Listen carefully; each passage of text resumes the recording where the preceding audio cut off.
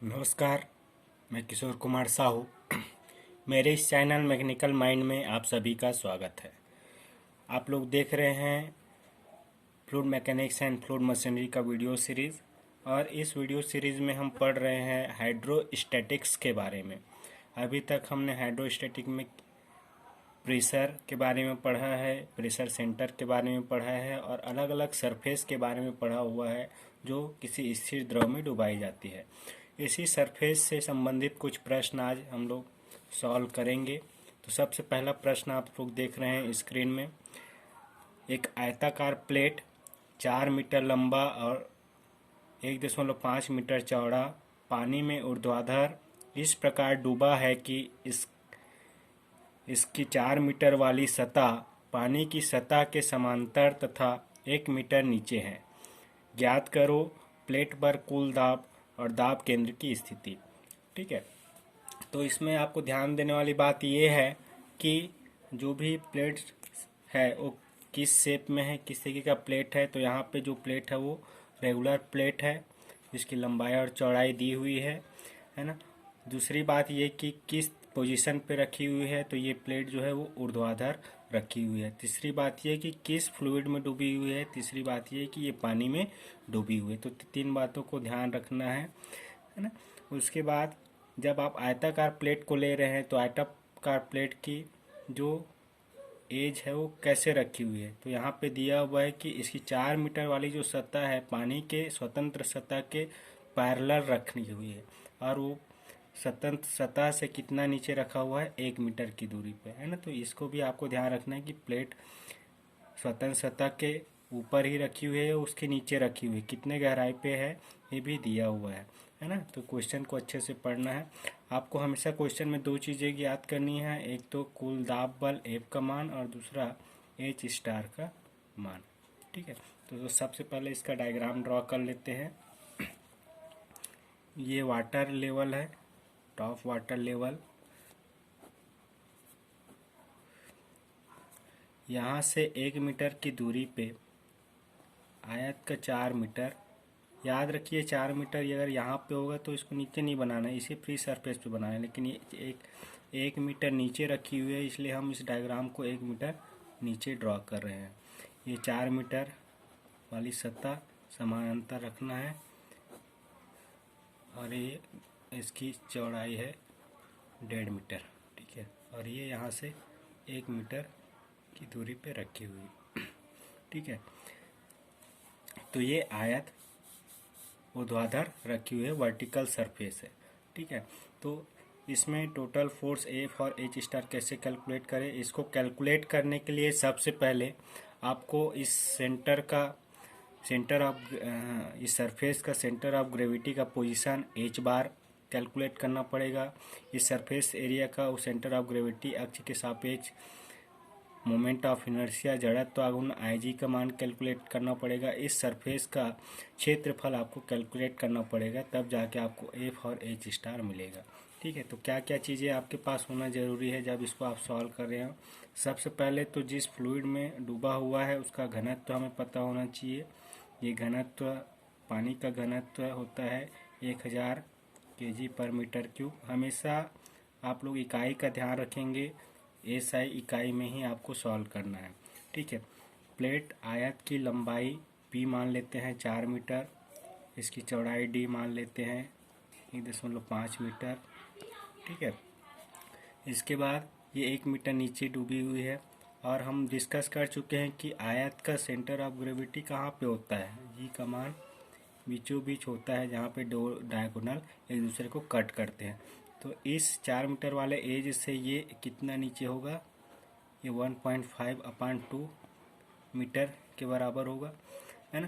तो ये जी आपको मिल जाएगा। अब ये जी का पोजीशन फ्री सरफेस से कितना नीचे है, ये आपका कहलाता है एच बार। तो ये एच बार का मान आपको कैलकुलेट करना है। ठीक है, सबसे पहले आयत का क्षेत्रफल कैलकुलेट कर लेते हैं। आयत का क्षेत्रफल A = B/D हो जाएगा। B का मान 4 और D का मान 1.5 है।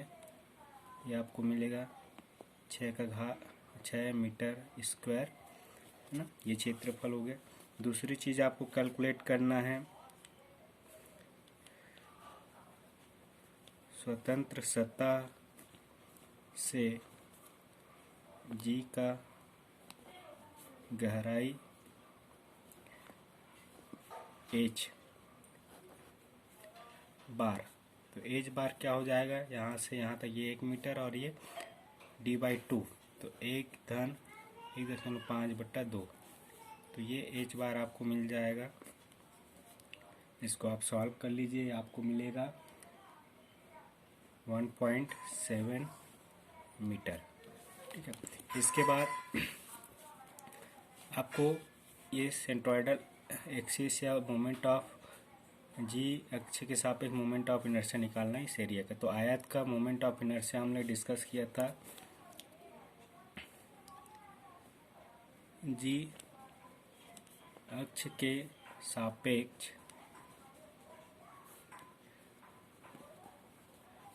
आयत का जड़त्व आघूर्ण मोमेंट ऑफ इनर्शिया आई जी, ये क्या होता है, ये होता है BD³/12। इस फॉर्मूले को आपको याद रखना है।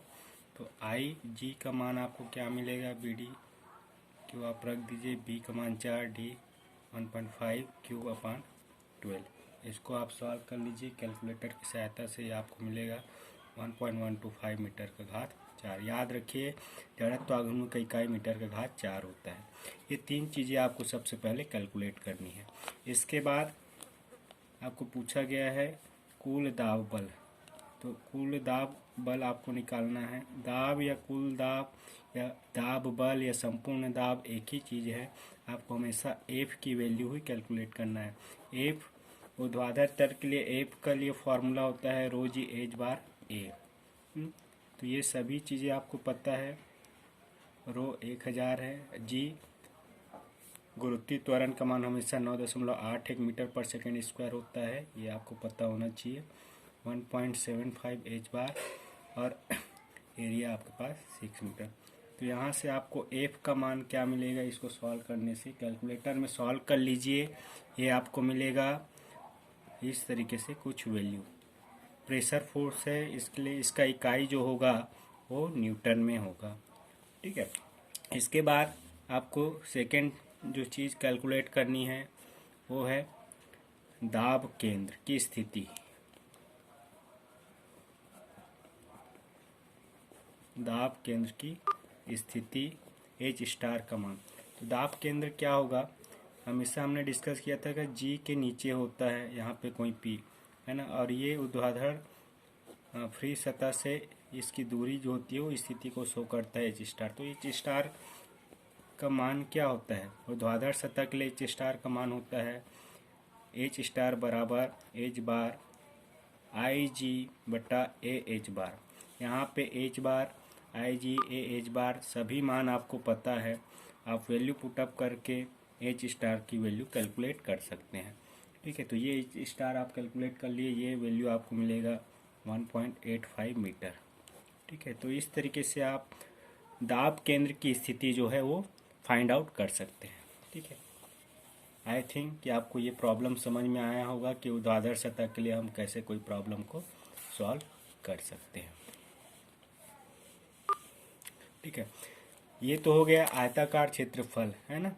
अब इसी तरीके से हम वृत्ताकार क्षेत्रफल या वृत्ताकार प्लेट के लिए भी प्रॉब्लम जो है सॉल्व कर सकते हैं। मान लो आपके पास कोई वृत्ताकार प्लेट है, जैसा कि ये प्रॉब्लम में दिया हुआ है, प्रॉब्लम नंबर 2। ठीक है, क्वेश्चन आप रीड करिए।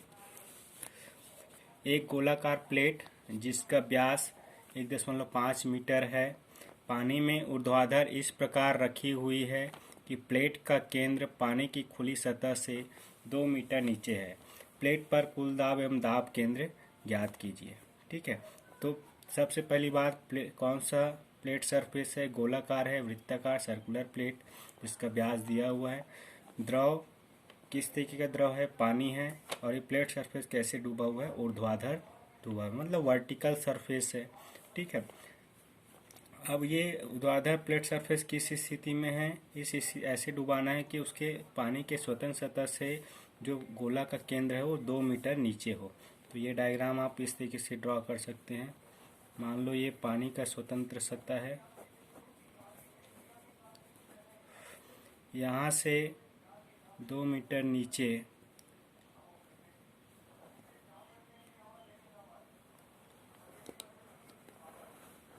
एक सर्कुलर प्लेट है ना। इस सर्कुलर प्लेट का जो डायमीटर है ये आपको दिया हुआ है, ये दिया हुआ है 1.5 मीटर, और यहाँ पे ये सेंटर के दूरी है,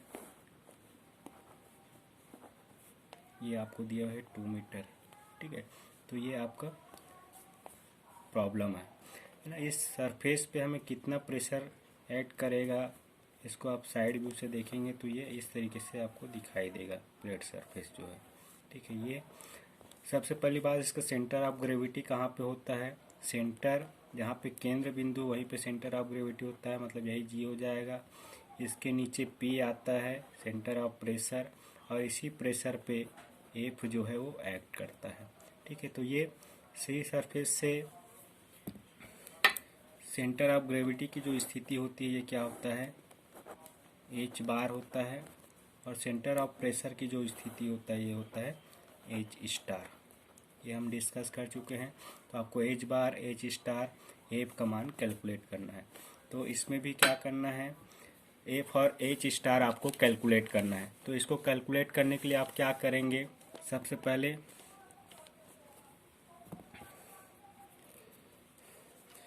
पानी का घनत्व तो आपको पता है 1000 kg पर मीटर क्यूब ये होता है।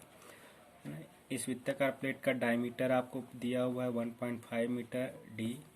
ठीक है, इस क्वेश्चन में आपको फ्री सरफेस से सेंटर या इसके सेंटर ऑफ ग्रेविटी की स्थिति दे दिया गया है, H bar is equal to 2 metre, ये दिया हुआ है। ठीक है, हमें एरिया कैलकुलेट करना है इसका, प्लेट का एरिया, क्षेत्रफल ए, सर्कल का क्षेत्रफल क्या होता है π/4 इंटू डी का स्क्वायर।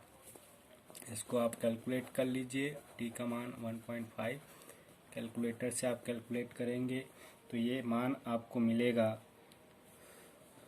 1.767 मीटर का घात 2। क्षेत्रफल का यूनिट हमेशा मीटर स्क्वायर होता है, याद रखिए एसआई इकाई। ठीक है, वैसे ही अब ये प्लेट का जड़त्व आघूर्ण या moment of inertia MOI calculate करना है। स्वतंत्र सतह जी अक्ष के सापेक्ष है ना, ये जी अक्ष है, इसके सापेक्ष आपको सापेक्ष कैलकुलेट करना है। तो हमने डिस्कस किया हुआ था कि सेंट्रॉइड किसी सर्कल के लिए इस अक्ष के सापेक्ष इसका मोमेंट ऑफ इनर्शिया क्या होता है, ये होता है आई जी बराबर π/64 इंटू डी का घात 4। यहाँ पे डी का मान आप रख दीजिए π/64 इंटू 1.5 पावर 4। इसको आप कैलकुलेट करेंगे तो आई जी का जो मान है ये आपको मिलेगा 0.2485 इकाई हो जाएगा मीटर का घात 4। तो ये एच बार, ए और आई जी पहले आपको कैलकुलेट करना है, कोई भी प्रॉब्लम आप सॉल्व कर रहे हो तो। इसके बाद पहली चीज़ हमें कैलकुलेट करना है प्लेट पर कुल दाब पर या कुल दाब एफ का मान। तो वर्टिकल सरफेस है, वर्टिकल सरफेस के लिए फॉर्मूला होता है एच बार रो जी एच बार ए। जी का मान सभी को पता है 9.81 मीटर पर सेकेंड स्क्वायर होता है। यहाँ पे सभी वैल्यू आप पुटअप कर दीजिए।